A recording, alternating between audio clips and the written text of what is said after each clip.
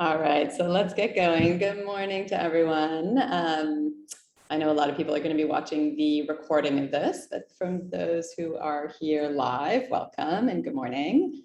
Today we're going to do a webinar, a talk on thyroid health. So this is a talk I do quite a lot because I treat a lot of patients with thyroid issues. Women in particular probably make up about 80% of my practice. Just have a preponderance of thyroid issues. So many women, after having children in particular, that can be a big trigger for thyroid disease. So I always love doing this talk because it's really relevant for just so many people. So we're going to talk about today just a real functional medicine, kind of a root cause approach to thyroid health. I'm Jennifer, for those of you that don't know me or don't follow me or my work. I am a US trained and licensed acupuncturist and herbalist. I'm trained in both traditional Chinese medicine and in Japanese style of acupuncture. I have mostly worked and practiced in Asia for many, many years in Hong Kong, and I've been in Singapore for about 3.5 years now. So I don't practice traditional Chinese medicine in Asia, but I do practice more Western herbal medicine. I practice functional medicine. I practice as a nutritional consultant. I do a type of hands-on manipulative therapy called integrative manual therapy, which a lot of that stems from kind of some foundational osteopathic techniques. I studied my Bachelor of Arts in California at the University of California at Santa Barbara. So it was really my master's degree that was in Chinese medicine. And I've been a practicing therapist for over 20 years now, almost 25 years. So I'm going to really share with you today kind of my personal experience of working with many patients with varying types of thyroid conditions, with various types of related hormonal issues. You often see kind of together thyroid issues with other types of hormonal issues. And I really want to focus today's talk on really examining what those underlying root causes are and what are the factors that contribute to them, because so many of these factors we can do something about. So I want this talk to really, and hopefully it will be quite empowering of all the different things that you can do to shift in and around thyroid health. We'll talk about individualized dietary nutritional programs, integrative treatment solutions, various lifestyle changes. Okay, so let's get into kind of the body of what is a hormone. So when we're talking about thyroid and thyroid conditions, thyroid hormone is a hormone in the body. A hormone is just a regulatory substance, oftentimes transported through the blood, and it stimulates a specific action somewhere in the body. So you can think of hormones as just like messenger molecules that lead to some sort of action. So what does thyroid hormone do? So thyroid hormone helps regulate metabolism in the body. When someone has a thyroid dysfunction, it can affect all sorts of different aspects of their body. I'll get into talking a little bit about the really common signs and symptoms of thyroid dysfunction. But the reason why those negative effects can be so widespread is because every cell in the body has receptors for thyroid hormone. And that thyroid hormone helps with the regulation of metabolism. Metabolism is the way our body turns or converts oxygen and nutrients into energy. So you can think of thyroid hormone as almost like the gas on your car. It makes things go. It makes things move in the body. It gives them energy to do what they need to do. So the thyroid gland makes thyroid hormone from a signal from the brain that it gets when it's time to make thyroid hormone. So we'll talk about that kind of brain signaling in a minute. But the thyroid mainly makes a form of thyroid hormone that's called T4. So it would be potentially looked at on a lab test as either free T4, what's free and available in the blood, or total T4, which would be whatever's free and available plus whatever's bound up to a carrier protein. So T4 is the storage form of thyroid hormone.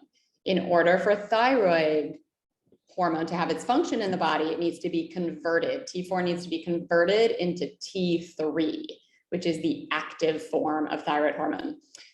Most T4 is made in the thyroid. Most conversion happens outside of the thyroid. So the thyroid is a gland that sits behind our thyroid cartilage, our Adam's apple. It's a little butterfly-shaped gland that sits in our throat, in our neck. So brain tells thyroid, make thyroid hormone. Thyroid makes T4. Then outside of the thyroid, the liver plays a big role, the gut plays a big role, other peripheral tissues as well. T4 needs to be converted into T3, which is active, usable thyroid hormone. So the brain communication with the thyroid is really important here. So most hormones in the body work on what's called a negative feedback loop. That means the brain is constantly monitoring levels of, in this case, thyroid hormone. If levels go too low, the pituitary gland and the hypothalamus work together. So the hypothalamus usually signals to the pituitary, and it releases either a releasing factor to tell the thyroid to make more thyroid hormone, or if there's too much thyroid hormone, it might release an inhibiting factor to inhibit. So this brain communicates with the gland, and that's the same thing that happens with the ovaries, with the testes in men, with various glandular tissue to produce, with the adrenal glands, which we'll talk about today as well. So the brain is constantly monitoring your hormone levels. And again, releases either releasing factors or inhibiting factors so the body can produce or downregulate and inhibit whatever hormone in question. So with regards to the thyroid hormone, thyrotropin releasing hormone, also called TRH, if levels are low, TRH is released from the hypothalamus, which signals to the pituitary gland to release something called thyroid stimulating hormone, or TSH. For anyone who's gotten the thyroid panel done, you would have tested TSH. It's one of the main hormones, even from a more conventional Western medical perspective. Generally, TSH is always tested. So that is not a thyroid hormone, that's a brain hormone coming from the pituitary gland. TSH is, I think about it almost like the volume of how loud the brain has to yell at the thyroid to tell it, make more thyroid hormone.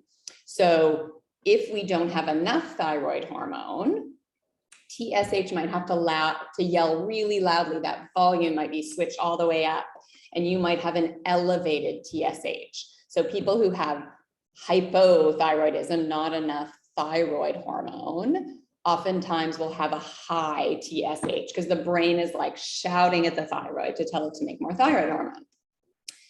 Once TSH has signaled to the thyroid gland produces T4, that storage form of thyroid hormone. And then that conversion has to happen in the body. Okay, so what can go wrong with the thyroid? Hypothyroidism, which is probably by far the most common thyroid dysfunction, is an underactive thyroid. So an underactive thyroid may be autoimmune in nature. If the reason for low thyroid function is because the body's immune system is attacking its own thyroid, we call that Hashimoto's thyroiditis. So in the Western world, this accounts for about 90% of hypothyroid dysfunction. This talk is going to have more of a focus on hypothyroidism because it is by far the more dominant kind of flavor of thyroid dysfunction. So, but everything I'm saying, frankly, will also apply to hyperthyroidism. It's just going to be potentially tweaked a little bit for the individual because there's just a completely different set of signs and symptoms that are going on when the thyroid is hyperactive, overproducing thyroid hormone. So that is called hyperthyroidism. There is also an autoimmune presentation here. A lot of hyperthyroidism is autoimmune in nature. Again, the body attacking the thyroid. And that is called Graves' disease. So we have hypothyroidism, might be autoimmune in nature, may not be, most of it is, which is called Hashimoto's, thyroiditis, hyperthyroidism, overactive thyroid. Again, most of it's going to be autoimmune in nature, called Graves' disease. There's also a somewhat common condition, which is a goiter, which is a swelling of the thyroid gland itself, often associated with hyperthyroidism and or thyroiditis, which is down here last on this list, which is thyroid inflammation. Anything with an itis at the end is an inflammatory condition of, in this case, the thyroid. Other common conditions are thyroid nodules can be somewhat common. So sometimes you can feel those, or your doctor can feel those, where it's just little, oftentimes benign nodules on the thyroid, but certainly someone who has thyroid nodules wants to get them checked out, wants it at the very least do an ultrasound. Doctors can follow the nodules, potentially get a biopsy if something seems like it could be cancerous. So, and then thyroid cancer is another dysfunction that can happen in the thyroid. So again, this talk, we're going to talk a lot about underactive thyroid, and we'll touch on also some issues around hyperthyroidism. But all the things I'm going to talk about are going to be about generally changing the internal environment inside the body, kind of this inner terrain, to make the inner terrain healthy for not just your thyroid, but frankly, all the other types of organs and glands and tissues that reside in your body. So this talk is about thyroid, but so many of these principles can be said for so many different conditions out there. And just to note, you will be emailed at the end of this talk, both a recording of the talk as well as a really nice handout, just kind of takeaways from the talk. So don't feel like you have to take notes. And then as far as questions, I should just say a quick thing about questions. There is a chat box. Feel free to put your questions in the chat box. If it makes sense to answer those questions within the body of the talk, I will absolutely do that. If not, I will do a Q&A at the end. Okay, so common symptoms of underactive thyroid. So this is like when you don't have enough gas in your car. So everything happens really slowly. So we can become fatigued. We can gain weight is a very common presentation. So fatigue and weight gain and hair loss are the three things, when you couple those together, that might bring a lot of people into their doctor, and their doctor would potentially do a screening for thyroid, or should do a screening for thyroid if that clinical presentation, if those specific signs and symptoms are showing up together. So fatigue is really common, weight gain is really common, and that's because metabolism is just happening very slowly. So the bowels will slow down. So constipation, slow transit time, sluggish bowels is really common. It's incredibly common to see various mood issues. Might be the flavor of depression, might be the flavor of anxiety. Fertility issues are really common. Having a low functioning thyroid is a very common reason why a woman may not be getting pregnant and or potentially miscarrying. So thyroid certainly wants to be ruled out in those cases and looked at if a couple's having fertility issues. Being cold inside, when we have hypothyroidism, people tend to feel colder internally. They're not producing and creating as much heat in their body. Aches and cramps in the body, especially muscularly, low libido, memory, focus, concentration, mental acuity issues, and then sleep issues. So again, there's kind of like quite a wide array of symptoms that might be hypothyroid, but certainly you could see a lot of these signs and symptoms in other conditions as well. But at least if someone is having some or a number of these symptoms, you'd at least want to get some blood work to look at thyroid. Okay, so common symptoms of hyperthyroid. So this is like too much gas in your car. Everything's moving too fast. So these people often can't sleep. They have insomnia. A common presentation you see with hyperthyroidism is what's called exophthalmos, where it's like the eyeballs are bulging forward. So you can visually see that on certain people. So these people might lose weight. A very common presentation are heart palpitations and maybe tremors or dizziness, sweating, irritability, more frequent bowel movements because things are moving faster in the body. These people tend to feel hot. They might sweat a lot.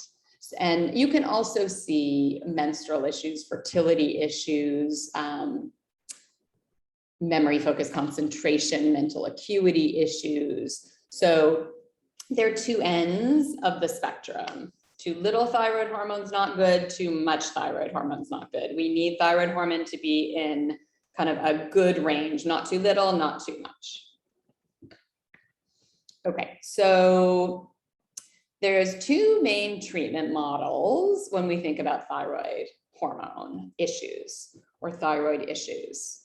So the replacement model is oftentimes used when there is not enough thyroid hormone for a hypothyroid presentation. This is the model that the conventional medicine generally uses. You don't have enough of something, let's give you external thyroid hormone. There's a couple of different options here. There is what most people are given, frankly, are synthetic versions of mostly T4. So those would be your medications like Synthroid, levothyroxine, which is often a brand name used here is Euthyrox. Those are synthetic T4s. So that's that storage form of thyroid hormone. And then the body can convert that into T3, which is the active usable form that we need to use. Sometimes people are given also synthetic T3, which is Cytomel. That would be the medication Cytomel. So sometimes people are given those together. More often than not, in the conventional medical world, people are given just synthetic T4. There are also doctors who are maybe a little bit more progressive, might be working with what are called bioidentical thyroid hormones. Those would be things like Armour, Thyroid, or a compounded version. So compounded through a compounding pharmacy of, usually these are a combination of T3 and T4. So these are not synthetic, they look identical to our thyroid hormone. They are generally either from, if they're not compounded, then they're generally from animal sources. So bovine, porcine, from cow, from pigs, they're usually animal sources of thyroid hormone with the hormone in it. Okay, so we're going to talk a lot about today. What is another model? I am a functional medicine practitioner, a clinician. I've been doing this for many years. So the type of things I work with would be looking at the underlying root causes through all sorts of objective data points. So I'm putting together the patient's signs and symptoms in their medical history with what I'm seeing objectively through their blood. And then I'm going to be investigating all sorts of other things. I might be investigating gut and digestive health, what their microbiome looks like, what their genetics look like, what the rest of their hormones look like, their adrenal hormones, their sex hormones, things like melatonin. I might be looking at, do they have chronic underlying infections, maybe viral infections or bacterial infections, so things like Epstein-Barr virus or Lyme disease or mycoplasma or cytomegalovirus. So I'm going to be taking this very wide view. I'm going to be looking at like toxic load. Do they have heavy metal issues or mold issues or environmental toxin issues? So putting together what are all the various things that might be pulling on one's thyroid and creating a skew where the thyroid's not working properly. It doesn't mean that I wouldn't also suggest that someone go on thyroid hormone. So especially if the problem is autoimmune in nature, sometimes the immune system has destroyed so much of the thyroid that people really need hormone therapy as well, whether it's synthetic or bioidentical. I'll talk a little bit more later about kind of my views on one versus the other. So these two models can often be used together. So many patients that I treat with thyroid hormone, with thyroid dysfunction, do take some sort of thyroid hormone, but then we also look at all the different factors that can influence the underlying root causes for allowing someone's thyroid to go off in the first place.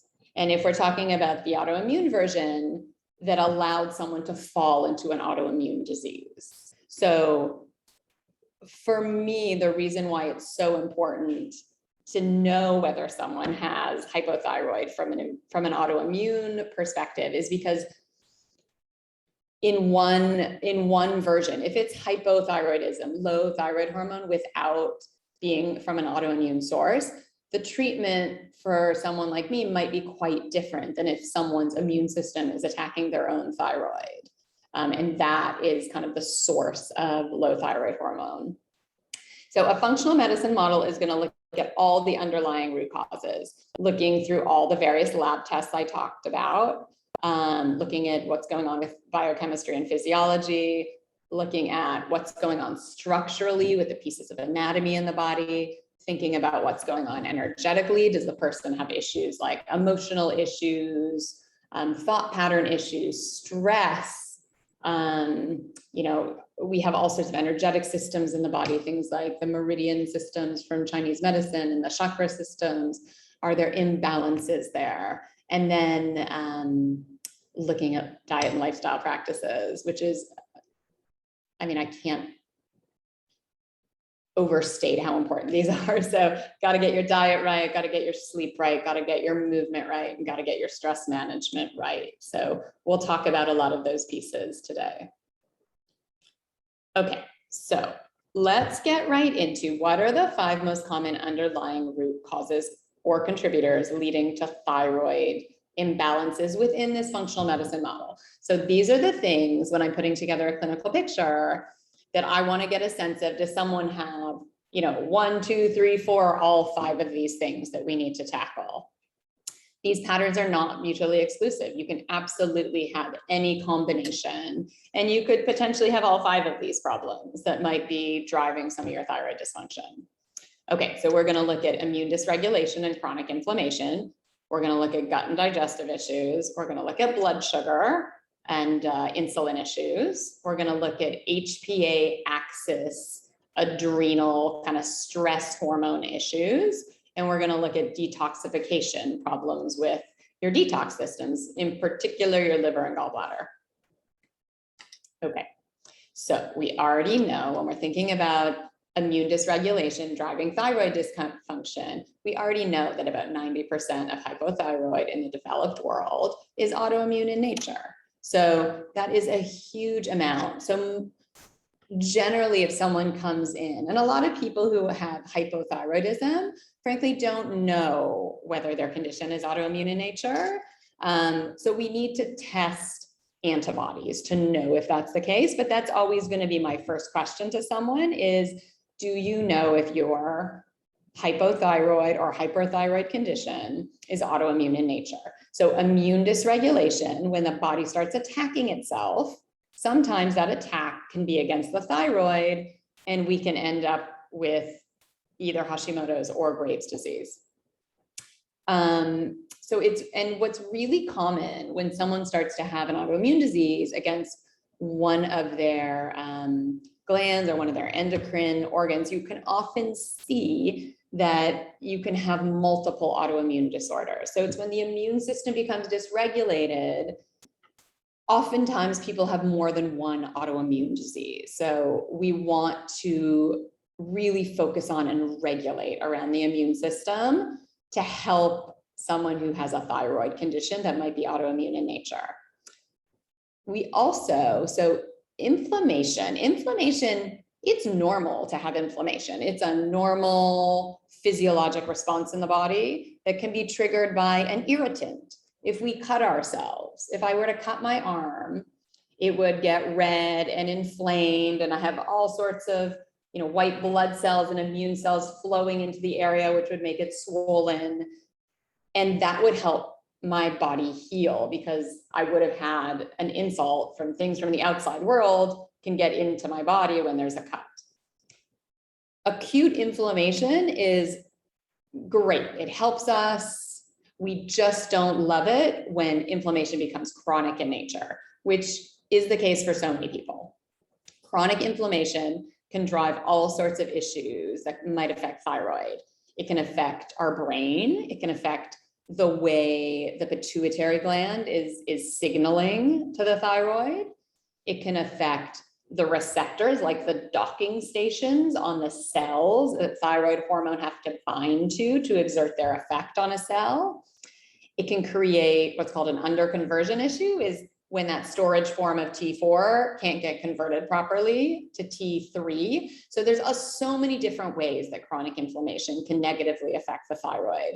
So what we want to do here when we're thinking about regulating the immune system around a thyroid problem is we want to identify the triggers. Some people have a lot of inflammation just because they are genetically susceptible. So those people have to be more careful around irritants because they can go into inflammation really easily. Gluten and gluten sensitivity. A lot of people are sensitive to gluten, and it doesn't have to be just gluten. It can be other types of, food-based inflammatory triggers. So that could drive chronic inflammation, which might cause issues. We're going to talk about gut and digestion really soon, but leaky gut is just when your intestines become too permeable. So you should have these nice tight junctions between two gut cells, and if those tight junctions get pulled apart, things from inside the gut, which should be this nice closed system, can then leak out of the gut and find their way into the bloodstream. So this is a really common source of chronic inflammation in the body.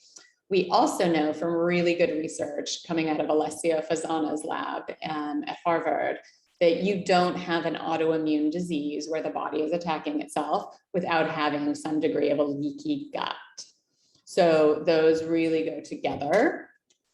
Estrogen issues, in particular, too much estrogen. So estrogen dominance, we would call that, can lead to a lot of chronic inflammatory issues around that can affect thyroid. Pregnancy can be another trigger. Pregnancy is obviously a very normal physiologic state, but the hormonal shifts in pregnancy can definitely drive thyroid dysfunction and potentially immune issues. It's quite common for women post-pregnancies, especially multiple pregnancies, to potentially become more susceptible to autoimmune diseases. So stress just makes everything worse. When you look in the literature, stress pretty much makes every condition worse. Infections, so again, might be bacterial infections, viral infections, fungal infections, parasitic infections. Those can all be issues driving immune system issues. Toxic load, we'll get into talking about that a lot more as well. There's so many different flavors of toxins in the modern day world, from food toxins to environmental toxins to mold and heavy metals. And then again, chronic inflammation. So we kind of want to know, if we're going to start to regulate around the immune system to help the thyroid, just what the triggers are. And that's where functional medicine just really shines, because it really takes such a wide, broad view as to what is going on with the body through looking at, blood tests and stool tests and genetic panels and toxic load panels, nutrient panels. So we can get quite a good sense.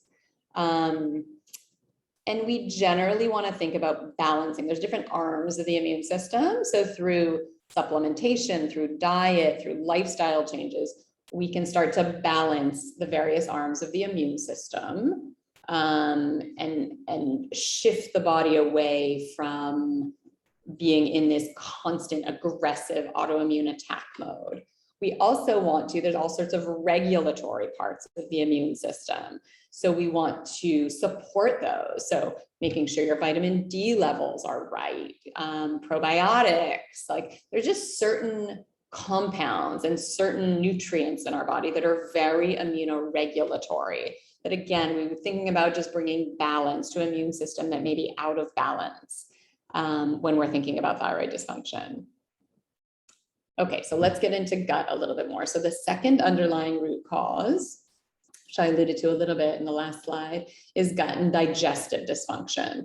So when I think about gut, there's kind of like three main determinants that I'm thinking about that would, that I consider are drivers of a healthy gut.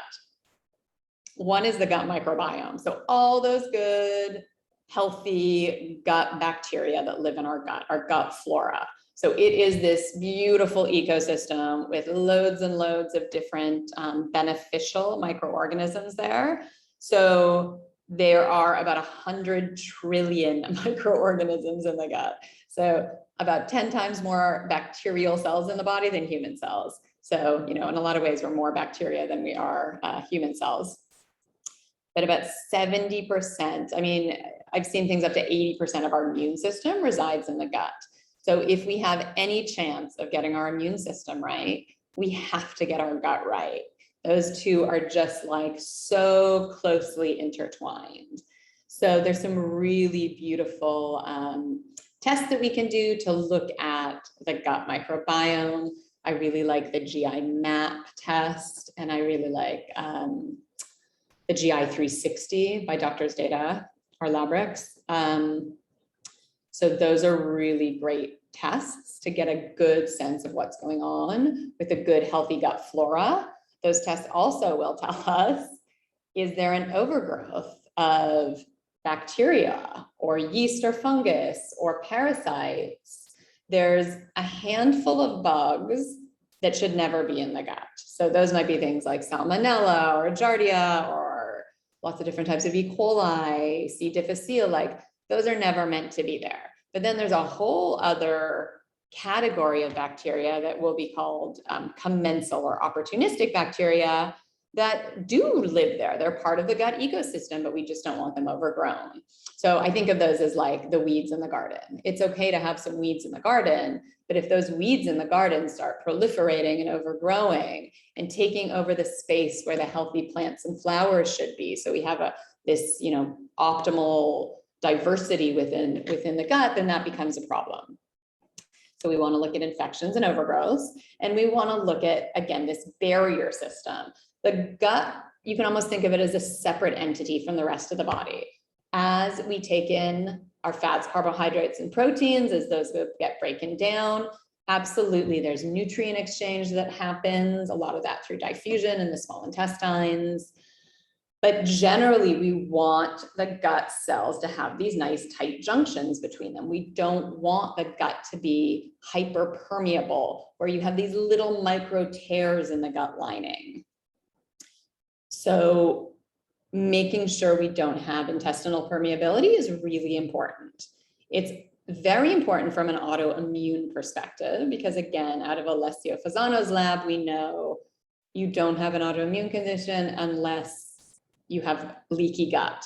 The other thing that's important here is there's various barrier systems in the body. The gut barrier is not the only barrier.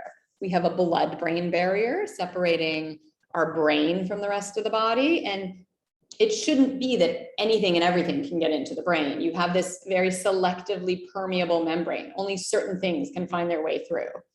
But if the gut barrier goes leaky, oftentimes the blood-brain barrier can go leaky also. We also have a barrier system in our lungs. So again, these barrier systems, based on scientific research, seem to be connected and related. So problems in one can lead to problems in the other. So this is just a nice visual here. This is inside the gut. These are your gut cells. They should have these nice tight junctions like these two orange ones here. when the body becomes leaky, when the gut becomes leaky, now contents from inside the gut that may be perfectly healthy and normal to have inside the gut can find their way out of the gut into the bloodstream, and then you have the immune system. All these different immune system cells waiting here to react.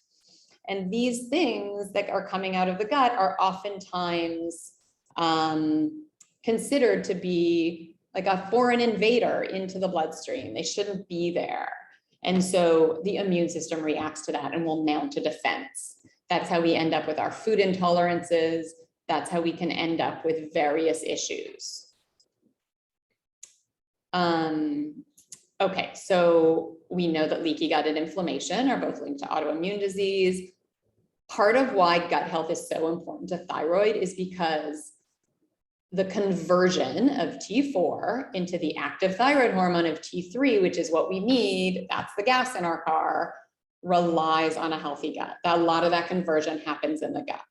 A lot of it also happens in the liver. So getting gut and liver right are really important if there's an underconversion issue. Nutrient deficiencies because of gut issues can also drive thyroid conditions. If you are having poor nutrient status of things like iodine or selenium or zinc or iron, those can all lead to thyroid problems because some of those nutrients are needed in the conversion process and in just the way the thyroid functions and the way thyroid hormone is made and functions. So nutrient problems because of gut issues can be a real problem as well. So with thyroid condition, there's always a special emphasis looking at iodine, selenium, zinc, and iron when I'm thinking of nutrients. Other things that might happen if we have gut issues or other things to consider would be, what's the diet look like? So that's an incredibly important part about what I do, is helping people optimize around their diet for thyroid health and any other conditions. Does someone have food allergies or intolerances, gut infections and toxins that infections might let out, like these lipopolysaccharides or LPSs? Is someone making enough digestive enzymes? Do they have enough stomach acid to break down their food properly so we don't get into nutrient issues? Oftentimes with a sluggish thyroid in particular, the bile flow, which is needed to break down fats and to help you get toxins out of your body, it just happens really slowly. So some people have more gallbladder issues when they have thyroid issues. And then thinking about things like transit time, how long does it take for things to move through the gut? Is the person constipated? Are they sluggish? And then is the nervous system within the gut firing properly to move things through? If not, people often end up with gut infections. So these are all things to consider when I'm thinking about gut problems, which might be driving thyroid problems. I want to just do a little bit of a special note talking about gluten and dairy with relation to thyroid. So there is a process called molecular mimicry.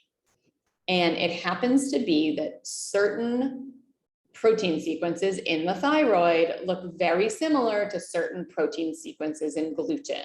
That's a process called molecular mimicry.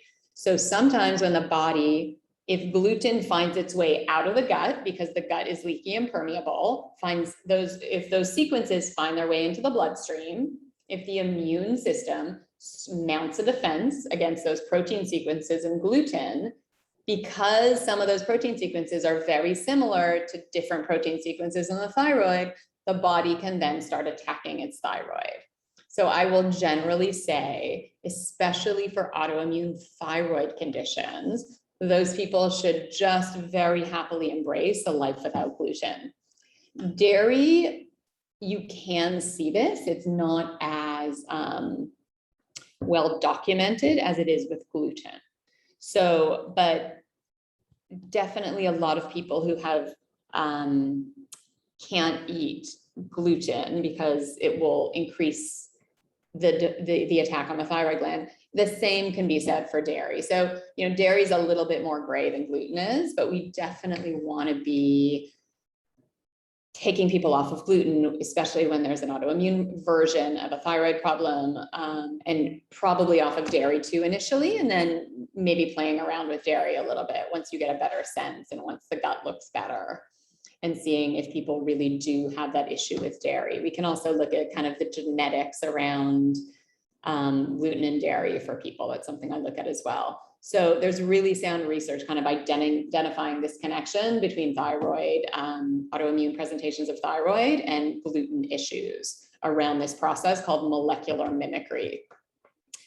Some people have an autoimmune version of a gluten allergy called celiac disease, when you get a destruction of parts of the small intestine when you eat gluten, and those people can be very sick. But you absolutely do not need to have celiac disease to have benefit from going off of gluten. So many people have what's called non-celiac gluten sensitivity.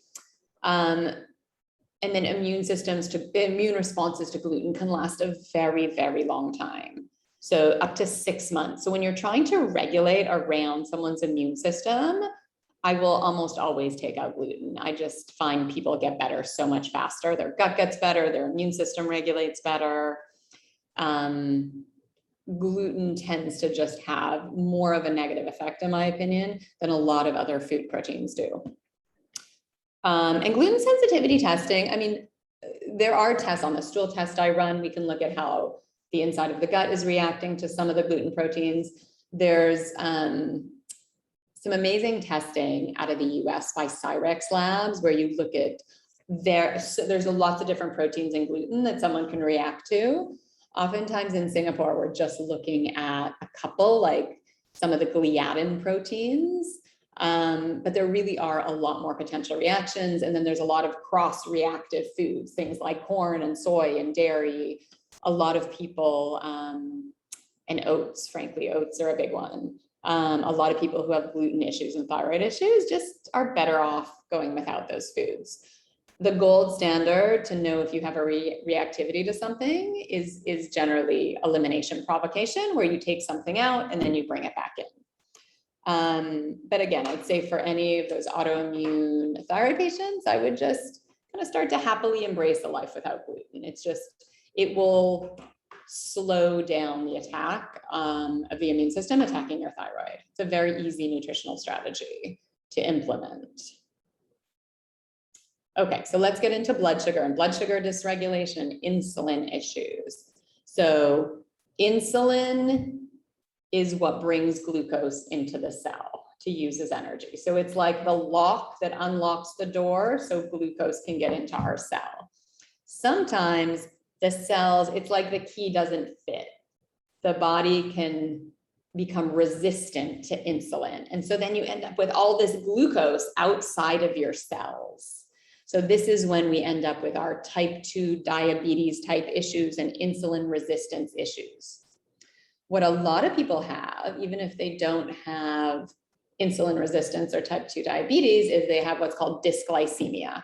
That's just when your blood sugar is like bouncing up and down throughout the day. You eat something that has a high carbohydrate or glucose load, and then you drop down, then you have a low, and then you eat something else and you go back up and you drop back down.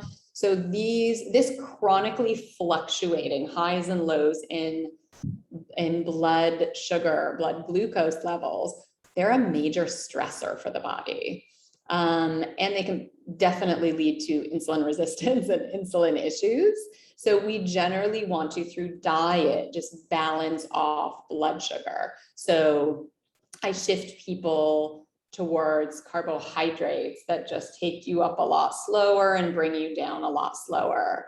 We want to bring more fats, more good healthy fats in to kind of shift the way carbs and sugars are metabolized. So, you know, we want to, there's so much within this world of blood sugar and insulin problems. A lot of it's about changing diet and optimizing diet. So we really want to get that right here. And dysregulation goes both ways. Thyroid issues can lead to blood sugar and insulin problems, and insulin and blood sugar problems, whether they're high or whether they're low, can contribute to thyroid issues.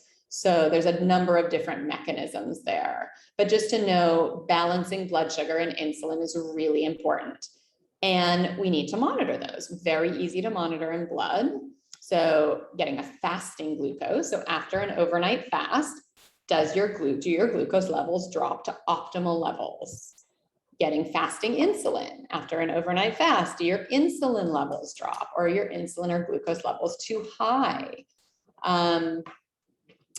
Just to know, within the functional medicine model, our ranges are quite different. It's usually going to be a tighter range because someone like me is going to be vying for optimal. If this is kind of perfect optimal health and all the way over here is disease, I want to catch someone before they get into disease, frankly. So I'm going to look at the levels that I would consider optimal for glucose. I'm not going to wait until it gets out of range to start being proactive with patients that I work with. We're going to intervene kind of well before that, when someone's moving on that trajectory on their way to disease. So I want to look at another marker called hemoglobin A1C. I might do an oral glucose tolerance test with someone, or have a doctor run one, which is going to look at blood glucose levels before consuming some glucose. Then the patient has some glucose, and we're going to look at what happens maybe 30 minutes, 1 hour, 2 hours after having an intake of glucose. So how does someone react over time to glucose coming in? What's really amazing to look at is to go to Watson's or to go to Guardian and get what's called a continuous glucose monitor. So a continuous glucose monitor, or a CGM, which in Singapore you can just buy over the counter at Watson's or Guardian, is a little probe. It's like a little Band-Aid you put on your arm, and it has a little kind of needle probe that goes into the body, and it attaches to an app, and it monitors in real time for 2 weeks what's going on. So if you make notes of what you're eating, when you're eating, your stress levels, your sleep, so lots of different things can affect glucose levels. But it's a really great way to objectively look at yourself. And it can be an amazing driver for behavioral change. And here again, this is really, we've got to get diet right here. It's important to also get sleep right and stress management right and movement right, because those all play a big role in blood sugar and insulin resistance as well. But foundationally, we really want to get diet right here. Okay, so the fourth kind of very common underlying issue associated with thyroid dysfunction is adrenal problems, or hypothalamus pituitary adrenal axis. So that's, again, this brain communication with a gland. So we talked about the way the brain communicates with the thyroid. When we have issues with the way the brain's communicating with the adrenal glands, which lets out our stress hormone, that can drive thyroid dysfunction. So when I think of stressors, a lot of people are only thinking about their external stressors, things like relationship problems, family problems, work problems, financial problems, issues with friendships. These are like all these external stuff. Someone like me, what I really focus on are the internal stressors. So if you're anemic, if you don't have enough iron, that's a stress to the body. If our blood sugar is fluctuating throughout the day, that's a stress to the body. If we have a toxic overload of mercury or mold or environmental toxins, that's a stressor to the body. If we are inflamed or have infections or are having intolerances or allergies, those are stressors. So functional medicine really does an amazing job at identifying these internal stressors. And then someone like me would give guidance on how we start to fix those problems. So we want to work with both our internal stressors and our external stressors here to help regulate the adrenals. For women in particular, getting the adrenal function right before one goes into menopause is really, really important. So after the ovaries go into retirement and are no longer making stress hormone, the adrenals take over the role of making the small amounts of stress hormone. So if the adrenals are already maxed out because they're reactive to all these different internal and or external stressors, we end up with a sex hormone problem. So women have to be a bit tighter in general around stress and stress management as they move into their menopausal years. So too much stress of any kind will lead to issues with the brains and the adrenals not communicating well. And the adrenals can become just like overwhelmed and taxed. Sometimes we end up with too much cortisol, too much stress hormone. And if that persists for long enough, sometimes we end up with a cortisol insufficiency, not enough cortisol, which can also create a lot of like fatigue and low energy. So you will often see thyroid issues and adrenal issues side by side, very common. And this contributes to, again, thyroid dysfunction, problems with conversion, T4 converting into the active form of T3, and autoimmunity. And just to note, so cortisol, stress hormone, works on a diurnal curve in the body. In the morning, we should have a little bit of a hit of cortisol, which helps kind of make us alert, wakes us up, turns our brain on. You kind of know if you have to run for coffee first thing in the morning to turn your brain on, you are not having this, what's called cortisol awakening response in an optimal manner. So generally, if someone's going to drink coffee in the morning, I will always tell them to wait 30 or 60 minutes. Just try and let the brain turn on its own. You can certainly test this. I love the Dutch test to get a sense of how your cortisol curve is operating. Are you producing cortisol in the right amounts at the right time of day? So sometimes people are way too low in the morning, sometimes they're too high. Cortisol should peak a couple of hours after you wake, and then it slowly starts to retreat through the day. People who often can't sleep at night oftentimes have high cortisol at night, too much stress hormone. So they might have just, a curve that's inversely related, that's inverse to this one. So that's just not presenting in the right way. So again, this is a very easy objective thing to look at. And the Dutch test is amazing because it looks at both free cortisol, and then also total cortisol production. Okay, next, the last one we're going to look at here, these underlying patterns, are toxicity, detoxification, the liver gallbladder. So toxic load is a major contributor to thyroid issues, to inflammation, to gut issues, to stress, and to autoimmunity. So we got to get this right. So we need to assess the overall toxic load. Again, toxic load comes in lots of different flavors. Toxic load might be environmental toxins, like in Singapore, they spray a lot of pesticide everywhere. That's an environmental toxin. I lived in Hong Kong for many years. There's a ton of air pollution there, just, nasty stuff that's coming off of the factories blowing over from China into Hong Kong. Car pollution, chemical pollution, heavy metal issues. And then we have all sorts of toxic loads that are happening in our food: pesticides, herbicides, steroids, hormones, antibiotics in the meat we're eating, whatever's in the ocean. The oceans are a little bit of a disaster today. So what's getting into the fish we're eating? Soil's an issue.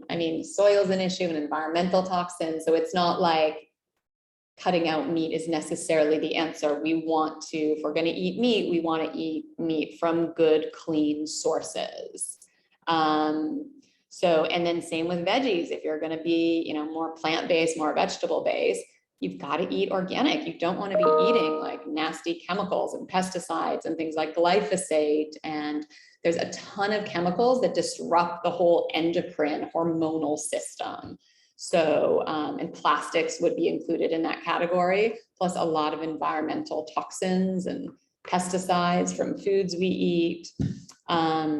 Women are constantly slathering themselves with makeup and beauty products that are just full of chemicals. So we want to move to kind of clean in every aspect of our life. What we have control over, we want to shift away from chemically based toxic products. So there's a website called Environmental Working Group, or EWG.org,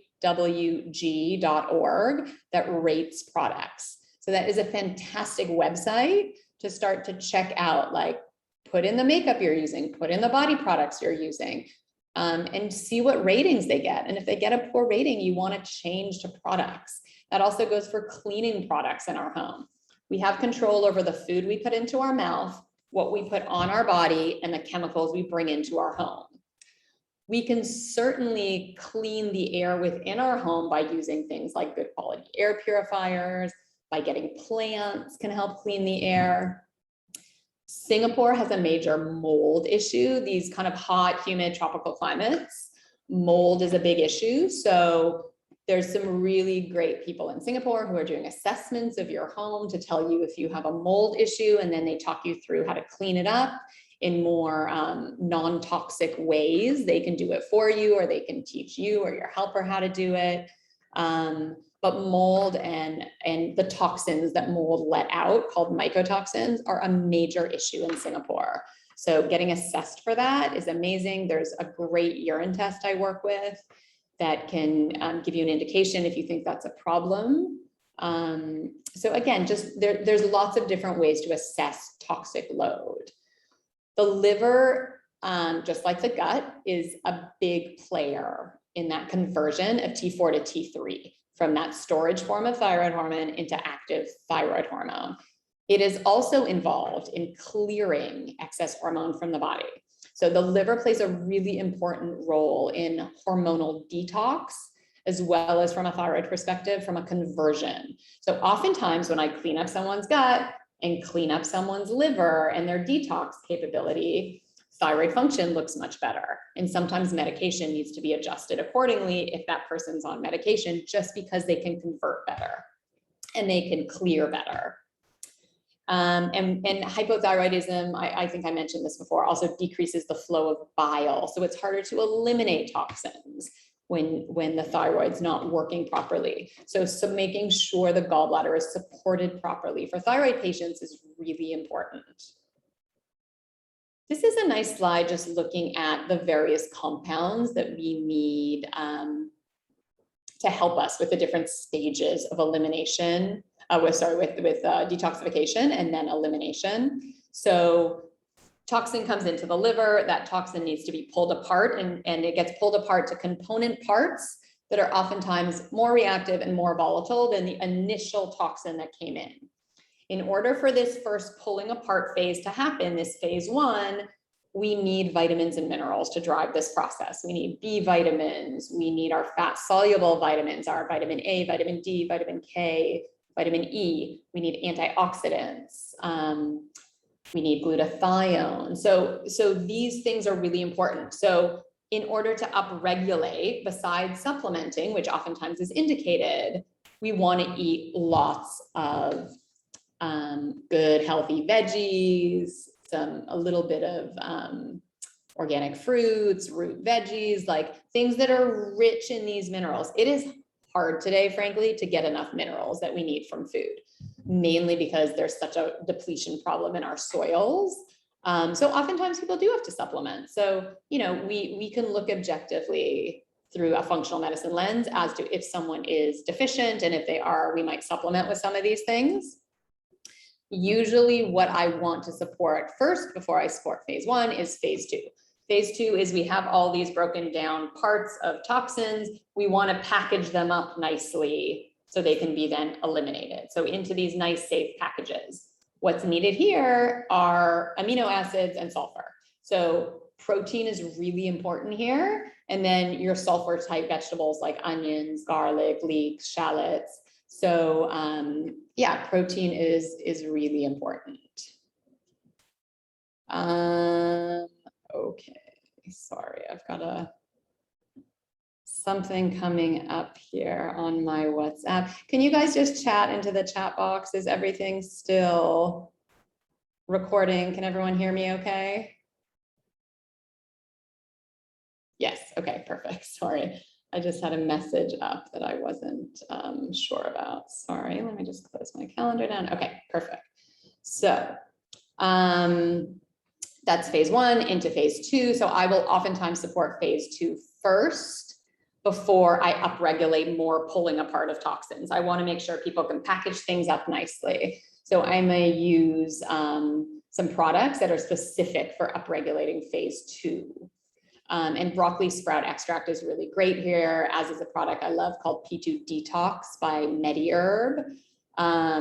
So once we have phase 2, then things need to be eliminated. So if they're going to be eliminated through the bowel, we need the gallbladder to let out bile, and things can be eliminated through the bowel route. If we're talking about water soluble issues, then we want to go through the kidneys and the renal system and out the urine. So we want to make sure that whole process is happening properly.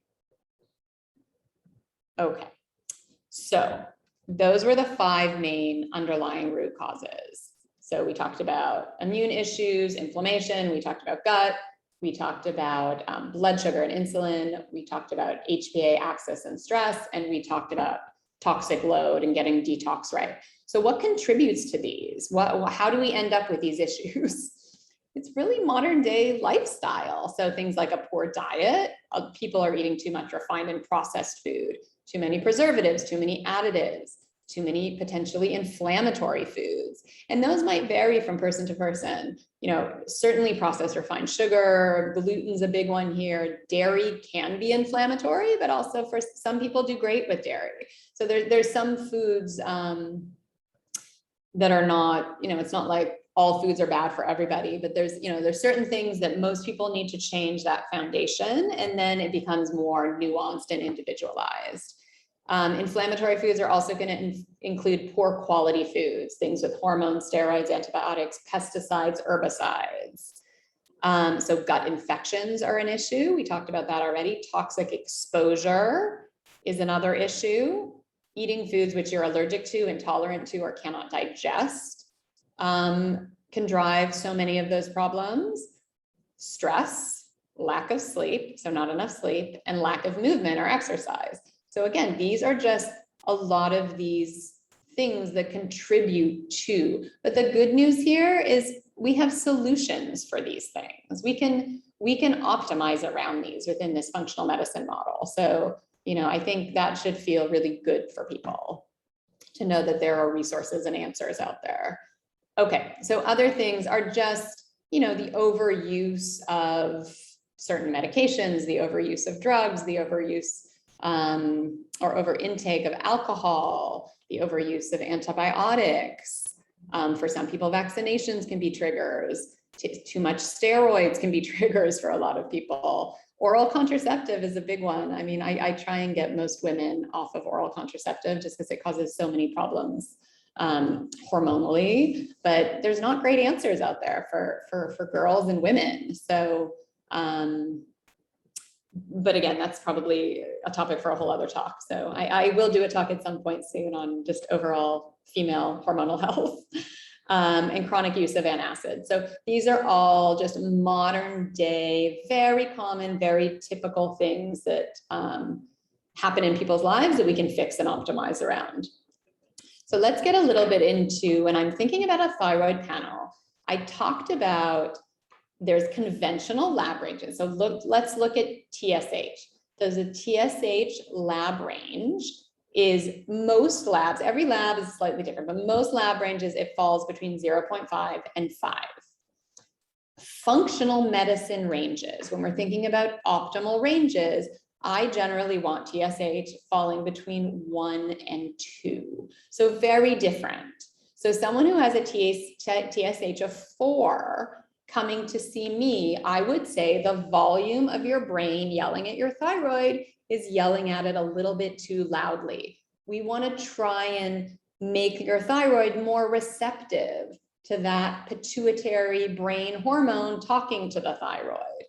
So an optimal range is going to be much lower than the lab ranges. Sometimes it can go up to 2.5, but there's a little bit of individual variation here, but generally I'm looking at somewhere between 1 and 2 for TSH. different labs also use different units of measurement. So just look at the units of measurement that I'm looking at here. Free T4, if we're talking about nanograms per deciliter, I generally think most people feel better above 1.1. So I'm looking for that. Obviously, we don't want it above the lab range either. So, but generally, I'm trying to get people 1.2, 1.3, 1.4, like a little bit higher here. I think for T3, I generally think most people feel better above about 3.2 picograms per milliliter. So again, different labs measure in different units, but there is going to be an optimal range for each hormone. What I generally always want looked at in a thyroid panel is going to be TSH, brain hormone talking to the thyroid, how much T4 is free and available and usable, has to get converted into T3. So there, I don't generally look at total T3, total T4. I don't find them as useful of a marker. I want to know how much usable free T3 there is. So this is active thyroid hormone. Oftentimes in a conventional practice, this won't even be tested. Conventional medicine often just looks at TSH and free T4 because they usually only just give T4. If T4 is not enough, they will supplement with synthetic T4. If we're doing a more nuanced functional medicine approach, we want to look at T3, free T3. We want to look at something called reverse T3. So if free T3 is like the gas on your car, makes everything go, reverse T3 is an inactive, unusable form of T3 that's like the brakes on your car. So I'm looking at most lab ranges run between about 8 to 25 nanograms per deciliter. So I want to look at the ratio here of reverse T3 to free T3. And I want a ratio of less than 10 to 1 here. So again, but ideally I'm getting this up to optimal levels as well. And then I have to look at thyroid antibodies. We want to know, this is thyroid peroxidase antibody and thyroid globulin antibody. These are the two main ones to look at. With Graves' disease, there's a couple of other antibodies that we can add on if the doctor or clinician suspects Graves or hyperthyroidism. But generally, I don't want there to be antibodies attacking my own thyroid. So I want these to be negative, or I want these to be very low. Oftentimes what you'll see if an autoimmune process has started in the body is you can see elevated antibodies, but thyroid hormone might look okay. That is very early stage Hashimoto's. That is a great time to catch Hashimoto's because we can make the lifestyle and dietary changes and supplemental support you need, and hopefully that person will never go into enough destruction of their thyroid where they can no longer make thyroid hormone. So, and antibodies, autoimmune conditions don't generally happen all at once. It's generally, the body might attack and then it retreats, and the body might attack and then it might retreat. So just because you've tested your antibodies once doesn't mean they shouldn't be tested again. Generally, every time someone runs a thyroid panel, I suggest running your antibodies because it can be easy to miss. And again, you're thinking about thyroid dysfunction in a completely different way if you have an autoimmune presentation of it, because then we're talking about a real immune system problem and real immune dysregulation that you need to support around. Okay, so let's get a little bit into thyroid medication, and then I will go through kind of all the different, the multi-pronged approach of changes we can make here. Okay, so thyroid medication, there's really common to be given, most people are given synthetic T4. There is also synthetic T3. In general, when you're given medication, especially synthetic medication, you want to be aware of the binders and fillers. Because if someone is allergic to gluten or corn or dairy, and those are fillers in their meds, that might not be the right med for them. And maybe they can be switched to a different med. So you kind of want to know what's in your med. I think the vast majority of people, what I see in my clinical practice and what I hear from other functional medicine practitioners, I'd say the vast majority of hypothyroid patients, if they need some sort of thyroid medication, feel better and do better on some sort of bioidentical combination of T4, T3, which is often A natural desiccated can be animal derived or can be compounded. So it might be Armour, WP Thyroid, Nature Thyroid, or a compounded version. However, I don't think it's a home run. I don't think that 100% of people feel better on combos, natural desiccated thyroid. So you definitely have to work with a doctor who can, because when you're using the natural desiccated, things might need to be tweaked a little bit more. So you need to work with, so I have a handful of functional medicine minded doctors that I work with that help people if we want to try to switch them over. But I'd say the vast majority of people I've treated over many, many years now do feel better when they can get those compounded levels right. It just can be a little bit trickier to get them right. But generally the benefit, the end benefit is usually worth it. But there is a small subset of people who genuinely feel better on the synthetics. Also important to note, if your thyroid medication, if you keep having to increase it over time, there might be an issue with thyroid receptor sensitivity, often driven by inflammation. So kind of getting that right, but really you want, it could be also a gut issue. It could be a liver toxicity issue. So kind of looking there.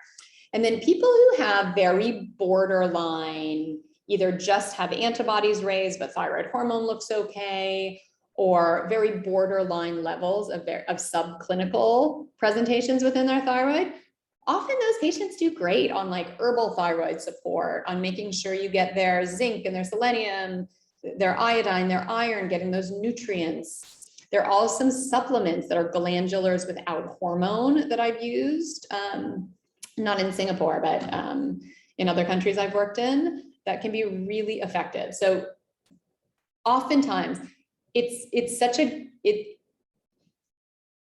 very hard to get someone right. There's a couple of like deal breakers when you're trying to fix up the body and optimize it and normalize it. Thyroid is one of them. So that's why I'd say thyroid, unlike a lot of things, I do feel like if we can't get thyroid right without medication, it's worth taking thyroid medication. The question is, are you better off with synthetic or are you better off with bioidentical? Because when thyroid is not supported properly, it's really hard to get so many other things right, because so many tissues in the body depend on thyroid hormone. And it's such a big piece of metabolism in the body.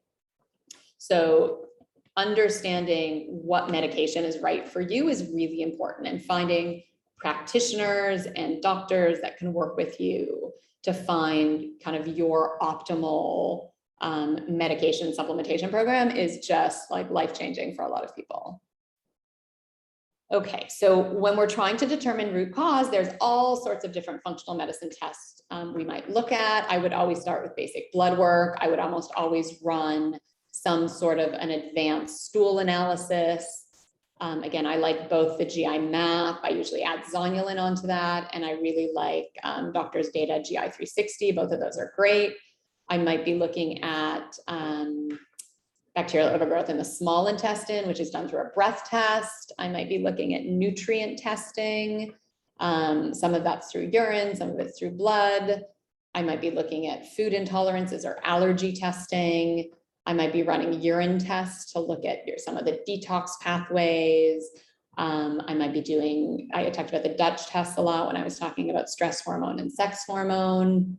That's an amazing test when we're thinking about hormones.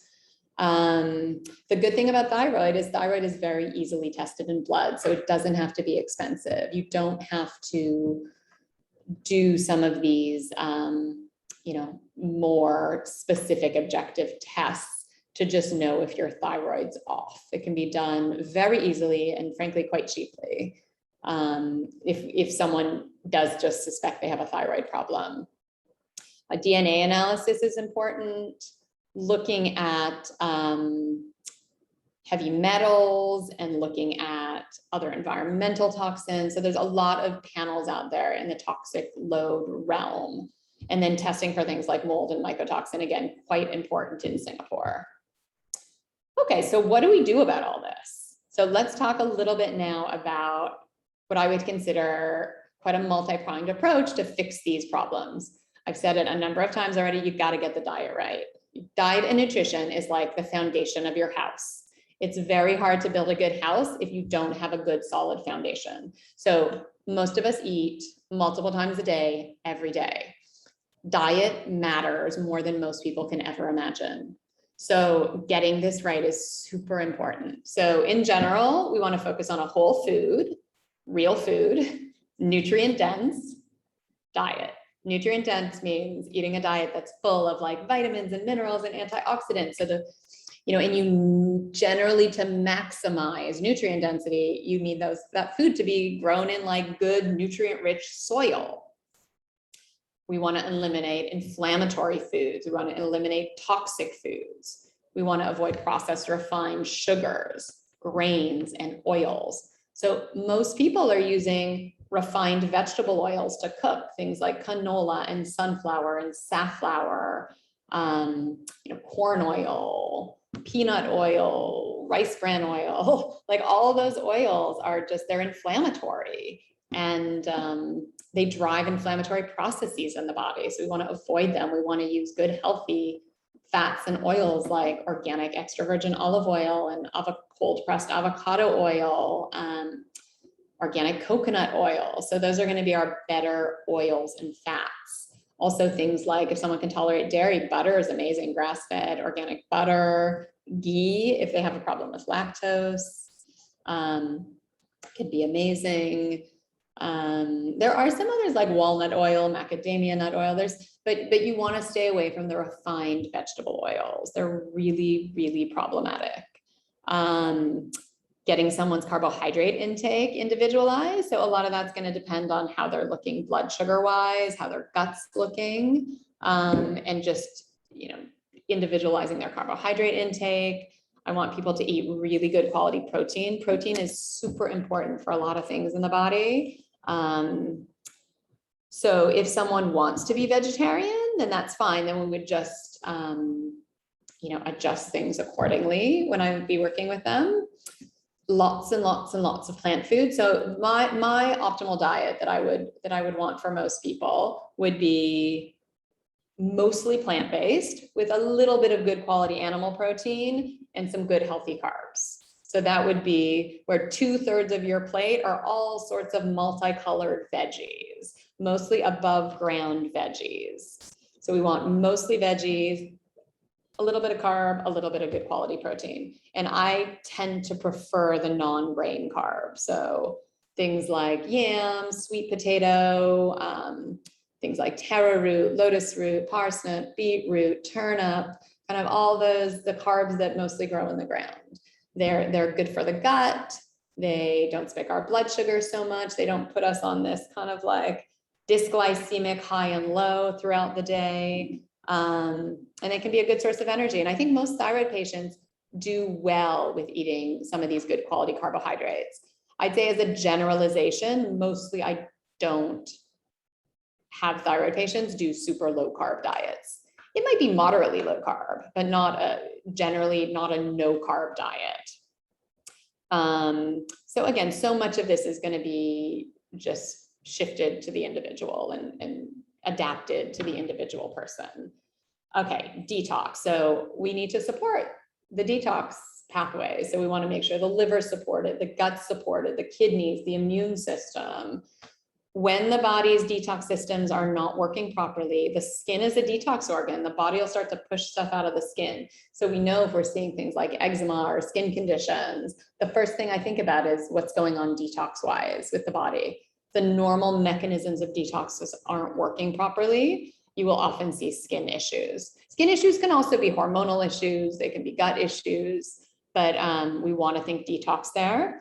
I generally don't like pushing detox. I don't like people doing more aggressive detox.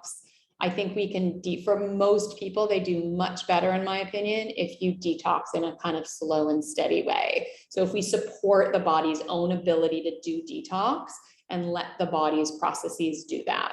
There is certainly a time and a place for pushing detox, but for most people, if you pull a bunch of toxins out of hiding, if they can't process and handle that load properly, it's just frankly not helpful. It doesn't help you towards your end goal. So those toxins will just go back into hiding.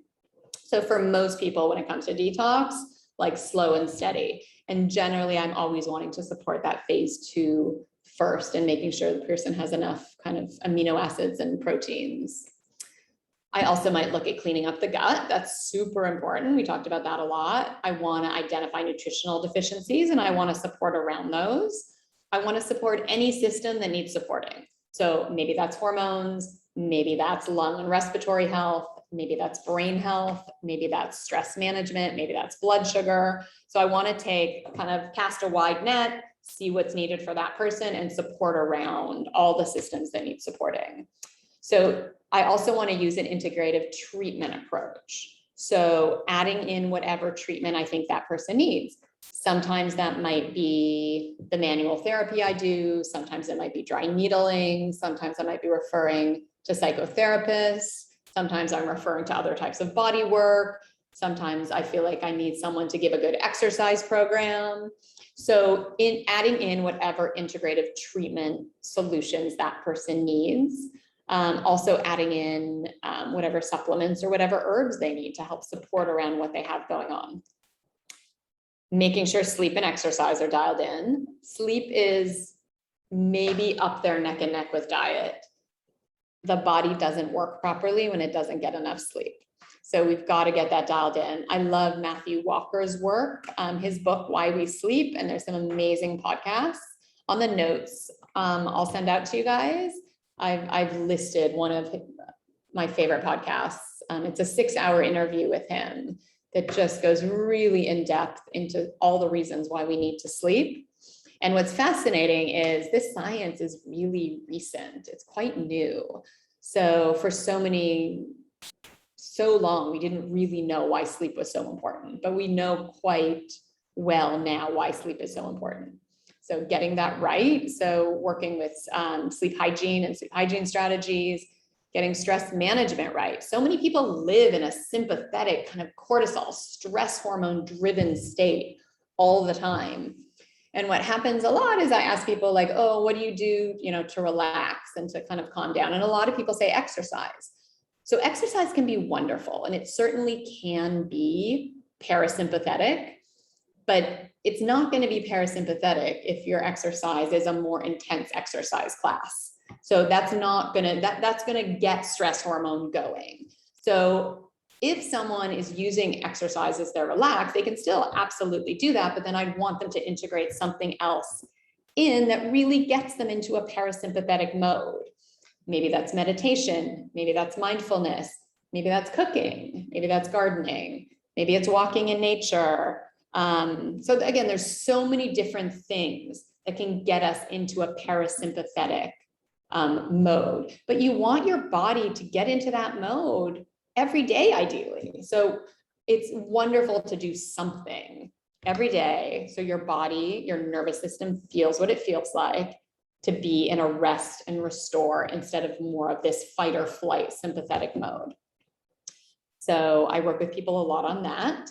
And then as a generalization, I'd say most people, we want to do a 13-hour overnight fast. If you finish dinner at 7 p.m., you want to wait until 8 a.m. the next morning. There's so much amazing longevity research that shows that the body starts to like self-clean in this process called autophagy when we do fasting. You don't have to do a longer fast in order to get those benefits. There are lots of benefits to doing longer fasts, but as a generalization, at the very least, I'm trying to get most people to do a 13-hour fast.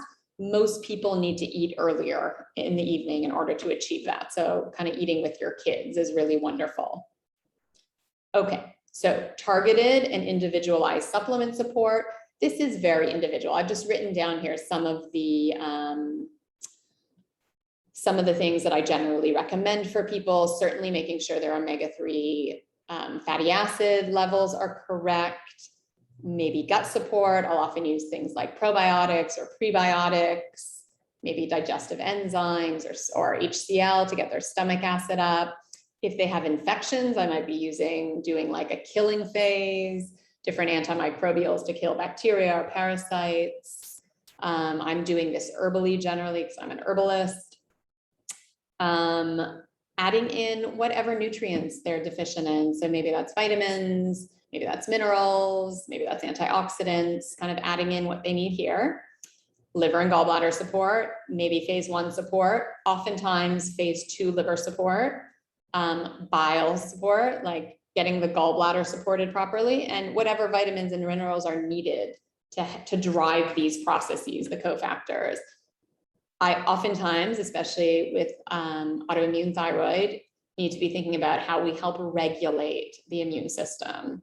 So using things like specialized or SPMs, as they're called, they're specialized pro-resolving mediators. They're a type of, they're not a fish oil, but they're a type of, they're similar-ish to a fish oil, but they have a very regulatory effect in the body. Vitamin D I'm using here, sometimes probiotics. So how do I regulate the immune system? Things like zinc, blood sugar regulation if needed, antioxidant support if needed, hormonal support if needed. So again, just from a thyroid perspective, maybe all that person needs is a bit of herbal thyroid support and some zinc and selenium. So that's a common enough presentation with thyroid. Okay, we're almost done here. So typical clinical changes. What am I looking for as far as clinical changes? I'm looking for a normalization of some or all of their lab markers that were off, that were suboptimal. I'm looking for improvements in energy and overall immune system function. So it's really common as people say, oh, since I changed my diet and started on the program and sleeping better and moving more regularly and doing stress management, I don't get sick anymore. I'm like immune resilience, which is amazing, especially in this time of COVID. This is something that everyone is looking for. So again, this talks about thyroid, but it's so much more widespread than that. When we fix up the underlying root causes of thyroid dysfunction, we can help so many different aspects of the body. Weight loss, can be a tricky one, and there's a lot of different pieces that fall in here, but oftentimes when we start to get thyroid right, people start losing weight, improving their detox capacity and capabilities, and getting people detoxing properly, optimizing their gut function, optimizing their stress responses, normalization in hormonal signs and symptoms. So like our menstruation for women is like a vital sign almost. So the way menstruation is presenting gives me so much of an indication of what's going on with liver and what's going on hormonally. So that's quite important. So looking at hormonal signs and symptoms, also around menopausal signs and symptoms. How's fertility, if there's a fertility issue? How's libido, if libido was low? How's mood, if there's issues with depression or anxiety or, irritability, kind of any type of mood stuff. And then skin signs and symptoms are a big one when you get kind of the detox system working properly. So those are kind of the things I'm looking to. Okay, so in summary, generally, when you're thinking about a more root cause medicine, functional medicine approach, you want to think longer term. You want to think about fixing the underlying signs and symptoms and causes that are playing into the dysfunction. You want to think about long-term lifestyle changes, shifting the diet, shifting around movement, shifting around stress management, and shifting around sleep. So getting those things right. This is not really like, just take one pill and put a Band-Aid on your symptoms. It's really thinking much more integratively than that. Make the lifestyle changes that are needed. Changing habit actually happens quite quickly. Usually within a month to 2 months, people have changed their habit. So what I do a lot is I do what's called an anti-inflammatory 30-day reset with people. I just did a talk on it a couple of weeks ago, and I do them quite regularly. I do this program with my patients all the time. And 30 days is oftentimes enough time to start to really solidify and change your diet. I think doing these type of lifestyle changes also with a friend or with a family member is amazing. It's so great to like have a buddy and to have support. It's nice to get the whole family on board. I often will I treat for any of the kids or teenagers I treat, I'll often just say, just change the whole household. So if other people want to eat other things outside of the house, they can make that choice, but within the house, you keep it a whole food, nutrient dense, just like a healthy food environment within the home. Benefits everybody. And then get supported by a practitioner, run lab tests that you need, really know what's going on for you from a thyroid perspective, and then you can know what to treat, because it's, this individualized medicine is it's the way of the future for medicine. It has to be, where it just becomes, we work on the individual pieces for each person, because the reality is different people have different presentations. Definitely there's common patterns, and we went over a lot of those today, but you really want to know, like, what are the important pieces for you? And then you can kind of get started. And then consider doing some sort of a reset program. So if anyone's interested, you can certainly email me about that. I have a great talk. Again, I'm sure I'll do it again in the new year. I do them pretty regularly, so look out for that if you missed the last one. And yeah, just know that it's not as hard as you think to make these type of changes. So sometimes it's just getting over that mental block. So good. I am open for questions. If anyone has questions, you can feel free to put them in the chat box. Here's my email. Feel free to email me. And otherwise, I'm not seeing questions come through at the moment. So if there's no questions, I think I gave you a lot to think about. And yeah, just be in touch if anyone needs kind of clarification on anything. And thank you for being here and letting me do what I do. And I will be back for my next webinar in the new year. So I'm going to sign off, and I will hopefully see you all soon. Take care. Have a great new year and great holidays, everyone. Bye.